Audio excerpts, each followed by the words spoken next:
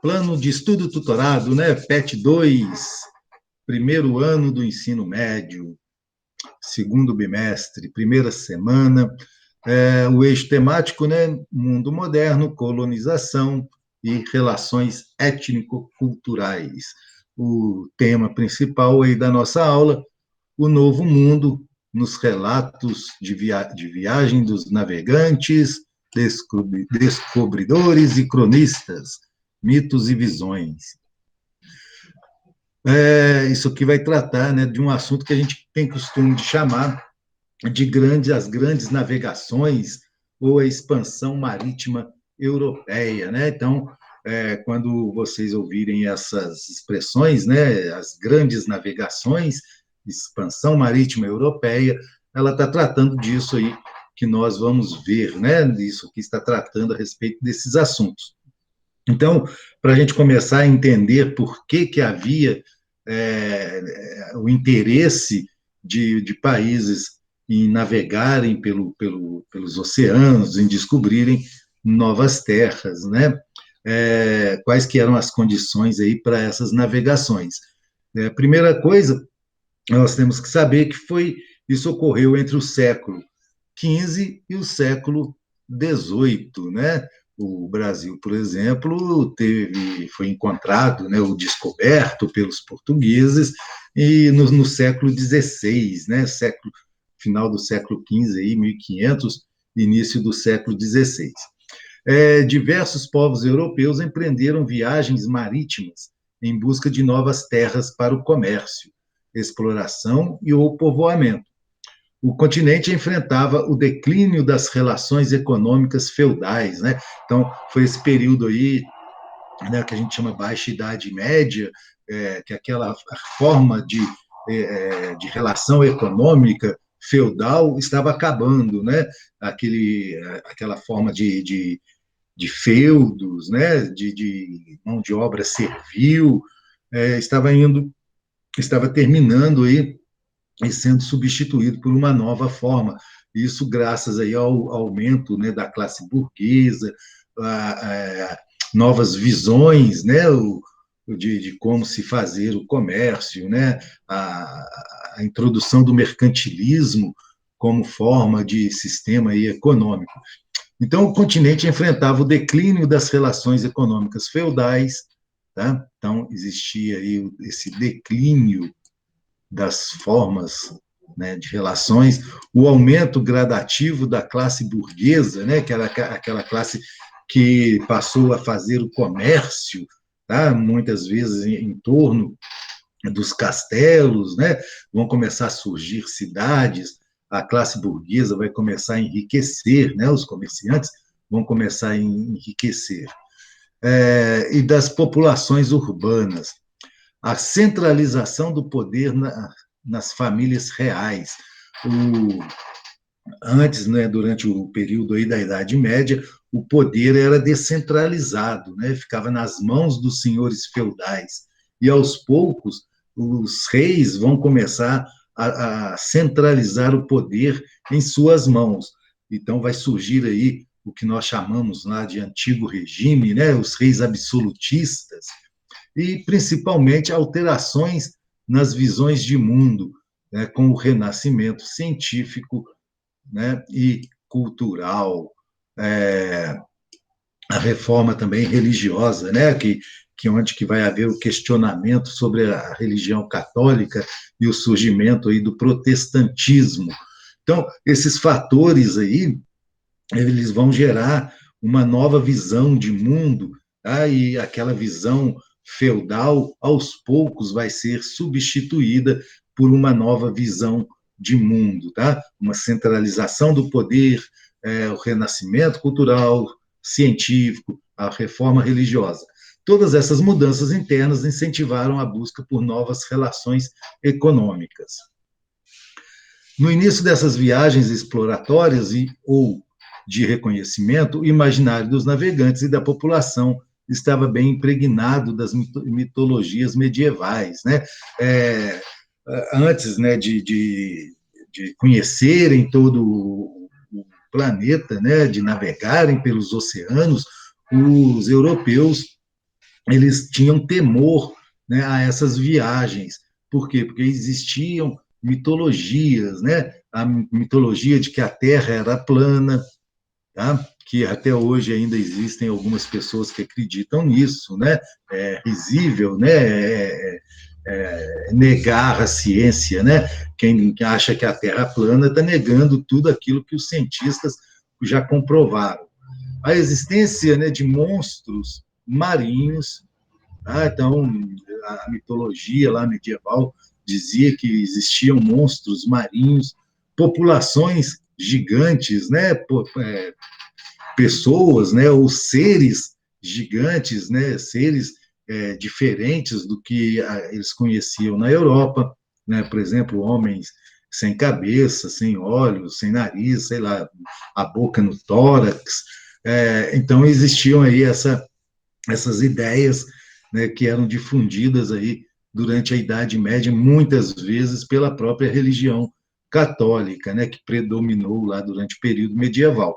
É, então, esses navegadores, eles vão enfrentar esses temores, né, essas mitologias que existiam aí no período medieval. Mas os reais perigos dessas viagens eram com condições insalubres, né, dos navios, a higiene pessoal, que muitas vezes causava aí, doenças, uma alimentação de baixa qualidade, né, e a proliferação de doenças. Então, o que eles temiam, né, os monstros, a terra plana, na realidade não existia, né? O que existia eram condições insalubres dos navios, alguns mares também que eram mais bravos, né? Que eles não conheciam também. Entre os países europeus, o primeiro país a se jogar ao mar, né, a ir para a navegação em alto mar, foram os portugueses, tá? Pelas condições, né, pela posição geográfica, pela a escola de Sagres, né, pelo conhecimento já em navegação. Então, os portugueses foram os primeiros a se lançar nessa empreitada, seguido pelos espanhóis. O objetivo primário, né, o objetivo inicial, era uma nova rota comercial com a Índia. Então, o que eles buscavam? Uma nova rota para a Índia, né? Uma nova rota comercial com as Índias, porque até então eles conheciam pelo mar Mediterrâneo e também por terra, né? Sendo que tinham que passar pela Itália, né? Por Gênova e Veneza, e eram cobrados altos impostos né, para que eles pudessem passar com as mercadorias. Então, eles tentavam buscar novas rotas para que pudessem encontrar caminhos que levassem às Índias, né, onde que se comprava as especiarias, na China, né, onde que se comprava produtos de luxo, né, artigos de luxo. Os portugueses investiram no contorno do continente africano como rota, né? Os portugueses imaginavam que se eles contornassem o continente africano, eles conseguiriam chegar às Índias. Os espanhóis já investiram na navegação para o oeste, né? Eles já tinham um conhecimento, já acreditavam que a Terra era redonda, então eles imaginavam que se eles circulassem em direção ao oeste, que eles chegariam lá nas Índias. Os dois estavam com razão, né? Porém, existiam aí alguns obstáculos, né? O sul do continente africano, o mar é muito perigoso, né? Existem ondas enormes, mas os portugueses conseguiram atravessar o sul do continente africano. Os espanhóis, eles já não vão conseguir de primeira viagem fazer isso. Por quê? Porque Cristóvão Colombo, ao navegar para o oeste, vai encontrar um novo continente, né? Que é o continente americano. Então, os espanhóis, 1498, vai tentar contornar a Terra e vai acabar descobrindo um novo continente. Em 1492, os portugueses ainda não tinham conseguido conquistar o seu objetivo primário, que era contornar o continente africano. Já o navegador genovês, Cristóvão Colombo, patrocinado pela coroa espanhola, em outubro daquele ano, encontrou terras, navegando a oeste da costa atlântica europeia, né? Então, em 1492, Cristóvão Colombo vai chegar aqui no continente americano, tá? E descobrir novas terras. Muito se questiona a respeito de se falar descobrir, né? Já que aqui haviam já os habitantes originários aqui da América. Eu não tenho restrição a falar que descobriram, porque para os europeus, na visão dos europeus, eles realmente descobriram novas terras, né? Eles não conheciam, então, quando você não conhece algo e encontra, você descobriu. Tá? Agora, para os habitantes que já estavam aqui, quem descobriu essa região foram os antecedentes, né? As pessoas que vieram antes deles. É, Leia um trecho da carta de Colombo que anuncia a descoberta de terras que futuramente serão nomeadas América. Senhor, porque sei que terá prazer na grande vitória que nosso Senhor me concedeu em minha viagem. Escrevo-lhe esta, pela qual saberá como em 33 dias passei das ilhas de Canária para as Índias. O Cristóvão Colombo acreditava ter chegado às Índias, né? Com a armada que os ilustríssimos rei e rainha, nossos senhores, me concederam, onde encontrei muitas ilhas povoadas, com gente sem número, e de todas elas tomei posse por sua alteza, com pregão e bandeira real estendida, e não me contradisseram. Então, ele está falando aí que encontrou terras, tomou posse daquelas terras em nome do rei, né, e da rainha da Espanha, e que o povo que aqui habitava não se impuseram, né, não permitiram, então, que houvesse essa tomada de posse pelo Cristóvão Colombo, que até então acreditava ter chegado às Índias.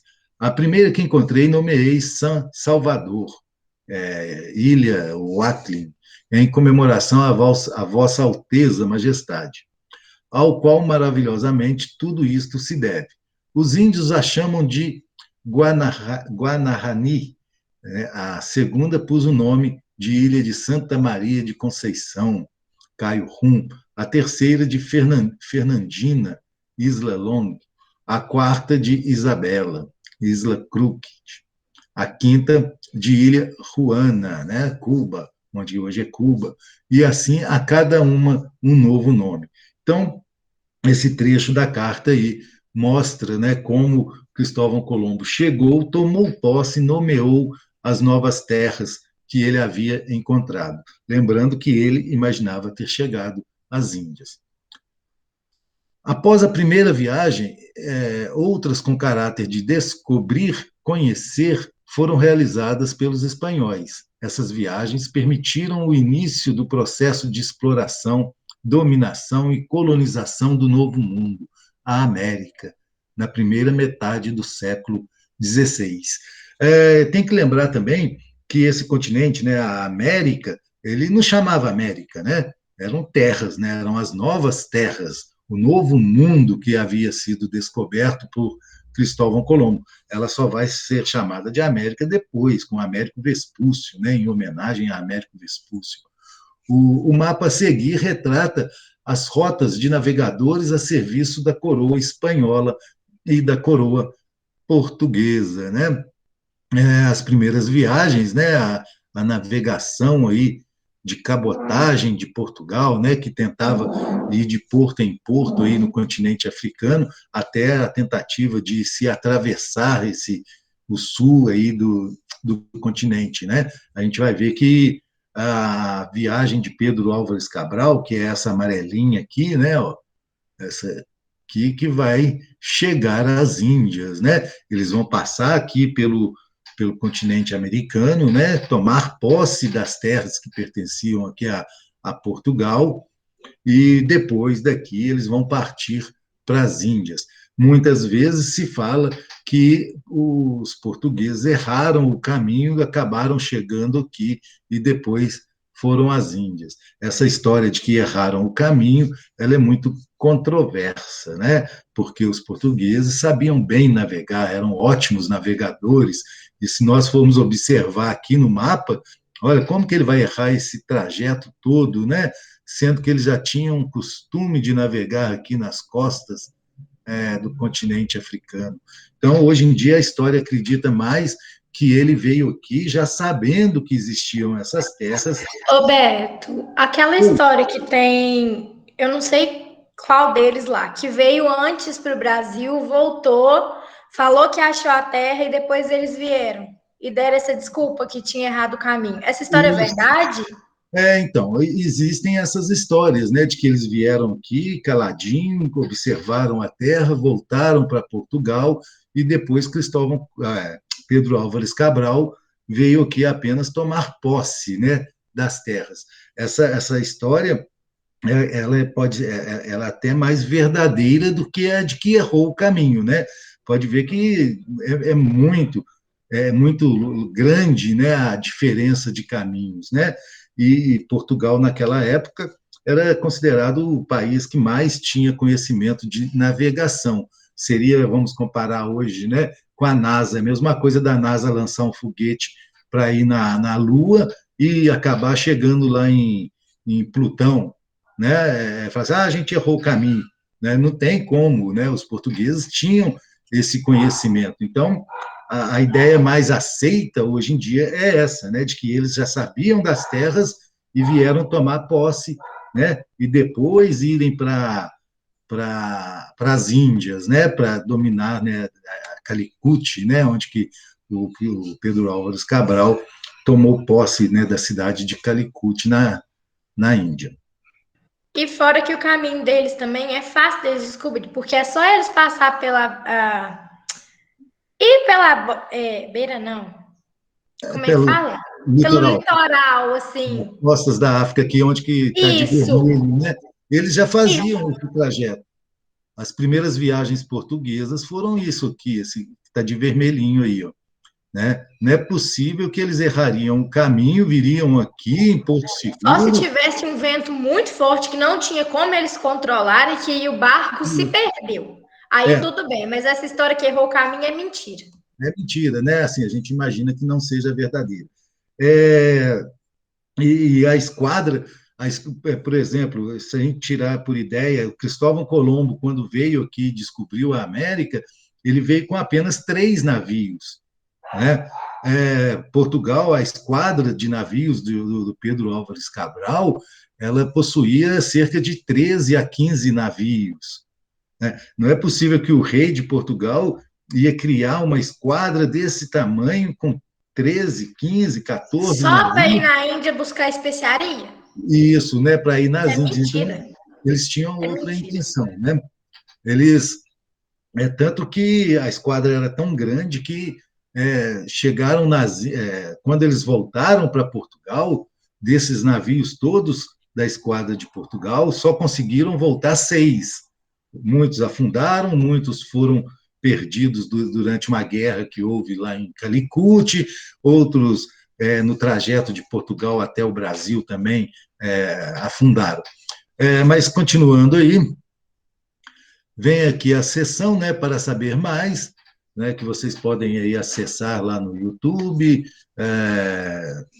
conhecer um pouquinho, acessando aí esses 2 vídeos que estão lá no YouTube. Tem um filme que é muito bacana, chama 1492, A Conquista do Paraíso, que mostra, né, a viagem do Cristóvão Colombo. É um filmaço, é muito bom mesmo, né? Não é só a história do descobrimento, né, da descoberta do continente. Tem toda uma história mostrando a vida do Cristóvão Colombo. Ele morreu pobre, né, tiraram tudo que ele tinha conquistado, todos os direitos dele. É muito legal o filme. Então, a primeira atividade aí, um texto, né, que vocês devem ler aí, vem uma pergunta: quais as primeiras impressões de Cristóvão Colombo sobre as terras recém-descobertas, né? Lá pelaquela cartinha mesmo que nós lemos, nós já temos um pouco para essa resposta, né? Sobre a quantidade de pessoas, as ilhas, né? Que ele tomou posse, os nomes que ele deu, né, às ilhas. Quais as riquezas elencadas pelo autor da carta eram até então desconhecidas pelos espanhóis, né? Porque aqui na América eles vão encontrar coisas, né, espécies, animais, produtos agrícolas, né, produtos aí de alimentação, flores, frutas que até então não eram conhecidas na Europa, né? Então vai haver aí esse encontro de mundos, né? Esse encontro de mundos totalmente diferentes. Os navegadores europeus estavam sujeitos a perigos reais e outros imaginários, né? Quais eram? Foi aquilo, foi o que eu falei logo aqui no início, né?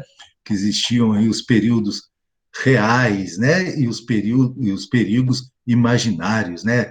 Terra plana, existência de monstros marinhos, populações de gigantes, homens sem cabeças, aí, esses aí eram os perigos imaginários. E os perigos reais eram o oceano, né, as condições de navegação, as mortes, a alimentação e o perigo de outros povos também.